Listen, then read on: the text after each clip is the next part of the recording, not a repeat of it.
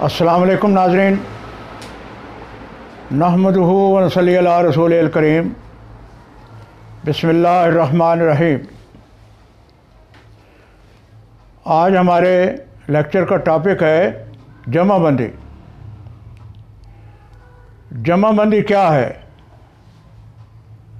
इसके इंदराजात क्या होते हैं और इसकी अहमियत क्या है।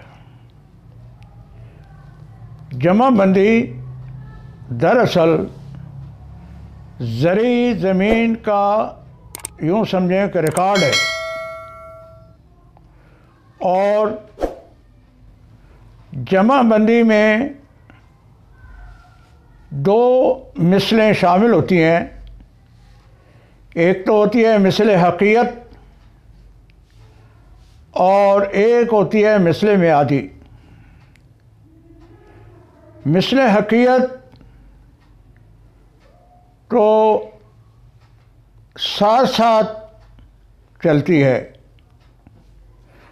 ये भी ज़हन में रखें कि ये रिकॉर्ड पटवारी के पास होता है और पटवारी साहिबान ज़िम्मेदार होते हैं इसकी हिफाजत के,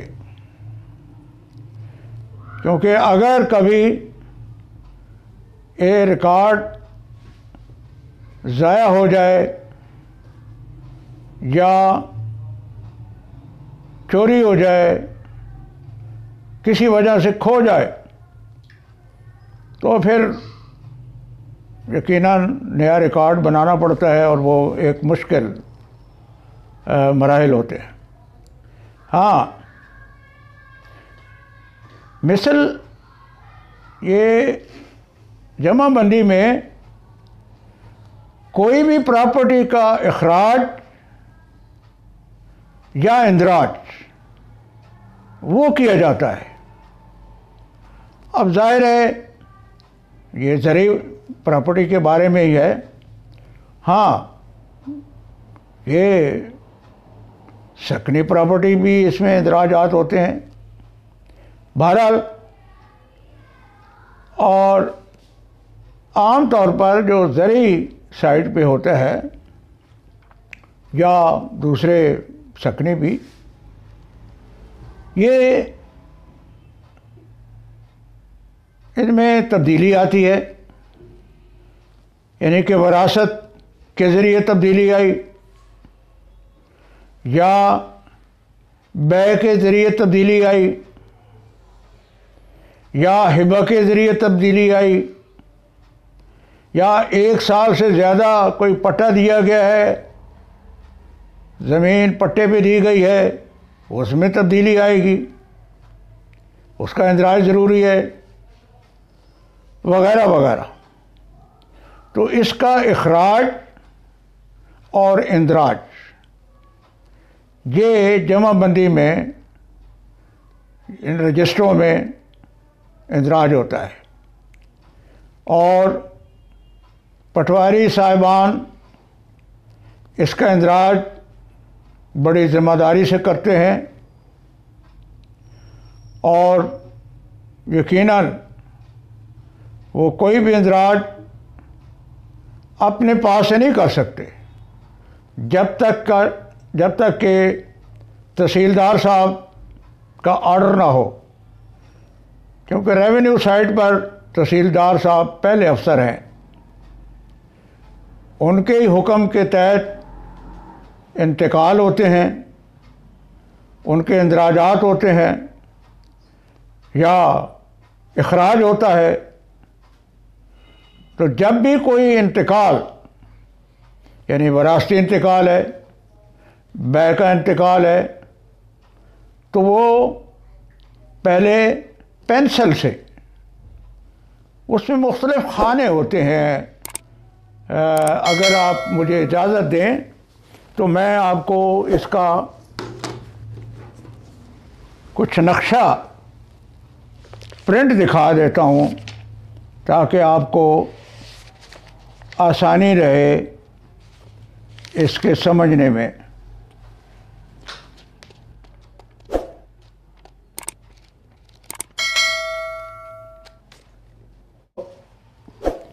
मैंने बताया था कि इसमें दो किस्म के होते हैं, एक मिसल हकीयत और एक मिसल मियादी। हकीयत तो यकीनन मौजूद होती है, और मियादी जो होती है वो 4 साल के बाद जमाबंदी बनती है। जो 4 साल है वो ये मैं अपने इस पे दिखाता हूँ आपको, अगर ये आपको नज़र आ जाए। ये 4 साल है, इस तरह के ये खाना होता है। और जो दूसरी होती है वो, उसका भी मैं नक्शा दिखा देता हूँ ताकि आपको अजनबियत ना हो कि ये क्या चीज़ है। ये नक्शा है, इस किस्म के ये फॉर्म प्रिंटेड होते हैं और ये इधर से शुरू होता है और यहाँ एंड होता है, यहाँ कैफियत का खाना होता है। तो अब आप समझ लेंगे कि जब भी कोई ऑर्डर होता है किसी भी इंतकाल के इंदराज का, तो वो कैफियत के खाने में पटवारी साहब उसको पेंसिल से दर्ज करते हैं, और बाद में जब वो इंतकाल मंजूर हो जाता है तो फिर रेड पेंसिल से उसको मुमय्यज़ किया जाता है। तो इस तरीके से ये जमाबंदी की तैयारी होती है। हाँ, अलबत्ता अगर इंतकाल मंजूर हो गया है तो वो मंजूर शुद, और मंजूरी के वक्त वो ये रेवेन्यू ऑफिसर साहब यानी कि तहसीलदार साहब उसको अपने कलम से दर्ज करते हैं। और ये 2 परतें होती हैं, एक परत पटवार होती है और एक परत असल होती है, और उसको परत सरकार भी बोलते हैं आम तौर पे। तो पटवार जो कि परत है वो तो पटवारी साहब के पास रहती है, और परत सरकार जो होती है या असल परत वो मेन रेवेन्यू ऑफिस में होती है, जो तहसीलदार साहब का ऑफिस होता है। तो वहाँ इसको महफूज रखा जाता है। और उसके बाद हाँ, ये एक फ़र्द बदर होती है, वो भी उसके खाने भी इन्हीं के मुताबिक होते हैं। जब भी कोई मालिक ज़मीन फ़र्द हासिल करता है पटवारी साहब से, तो वो अकॉर्डिंगली फ़र्द उसको इशू की जाती है, और पटवारी साहब अकॉर्डिंगली उसको मौजूद कर। हाँ, ये भी ये में रखें कि जब कोई अदालत से डिग्री होती है या स्टे ऑर्डर होता है तो उसका इंदराज भी इस मिसल हकीयत में होता है। और यकीनन जब कोई रकबा या जायदाद फ़रोख्त हो रही होती है तो यकीनन, जैसे मैंने कई एक अपने लेक्चर्स में भी कहा है कि फ़्रेश फ़र्द का मुतालबा किया करें। तो जब फ़र्द आ जाती है फ्रेश, तो उससे पता चल जाता है कि ये ज़मीन या रकबा, मकान या जायदाद जो है ये अभी तक मालिक के नाम पर है।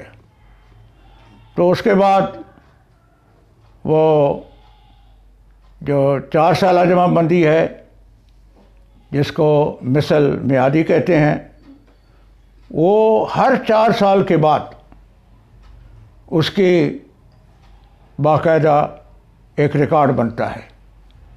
तो ये बड़े अहम रिकॉर्ड होता है किसी भी जायदाद की मलकियत के सिलसिले में।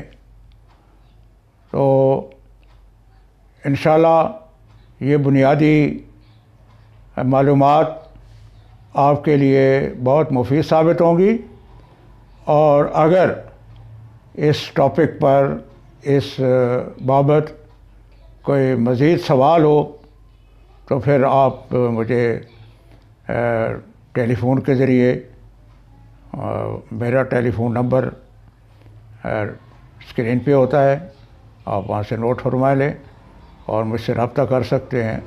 हाँ, बहुत ज़रूरी हो तो व्हाट्सएप पे अपना मैसेज भी रिकॉर्ड करा सकते हैं, लेकिन उसमें थोड़ा सा आपको इंतज़ार करना पड़ता होता है, क्योंकि मैं एक ख़ास मखसूस वक्त में अपना रिकॉर्ड जो है वो रीड करता हूँ और फिर जवाब भी देता हूँ। बहरहाल ज़रूरी है कि आप माइन्यूटली पहले देखा करें